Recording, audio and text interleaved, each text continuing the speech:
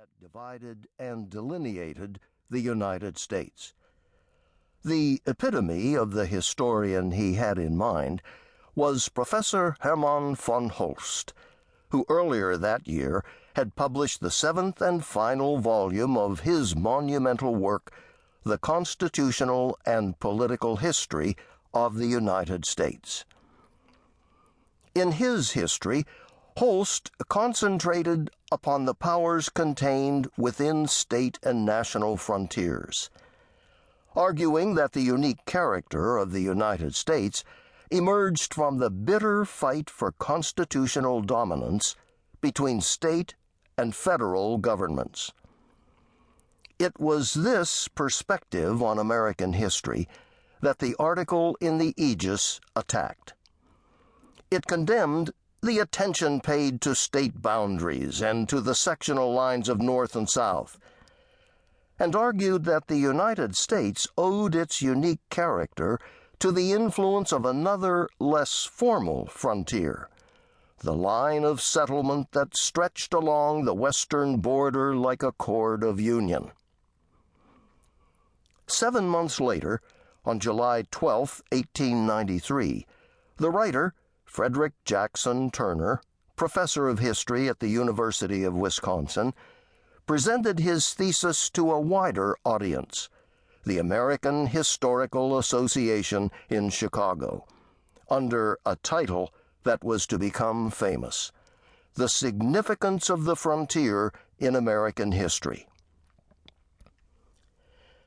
The San Isidro crossing represents everything that Turner set out to bury. The American frontier is sharply distinguished from the European frontier, a fortified boundary line running through dense populations, he insisted. The most significant thing about the American frontier is that it lies at the hither edge of free land.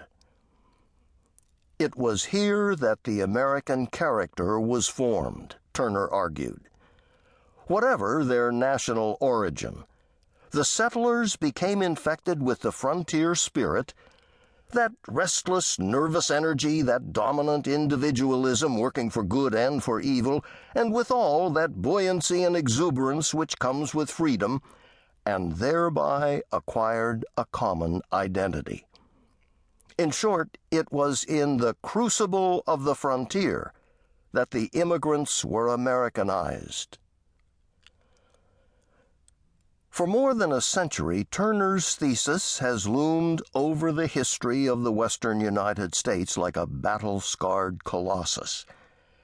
It has been repeatedly assaulted by professional historians for the way that it airbrushes the Native American experience out of the records, leaves unexamined the contributions of women and frontier communities like the Germans and Mormons, and fails to explain why similar experiences on other 19th century frontiers in Siberia, Australia, Southern Africa, Argentina, and Canada conspicuously failed to Americanize those pioneers. But however much it is battered, Turner's argument has refused to fall down, if only because the opening up of the West did profoundly affect the rest of the country, and did call forth a specifically American response. In popular consciousness, therefore, Turner's frontier has, until now, remained unchallenged. The term continues to be automatically attached to such boundless areas as outer space, the Internet, or intellectual property, implying that here are fresh and unlimited opportunities, particularly suited to exploitation by American enterprise and adaptability.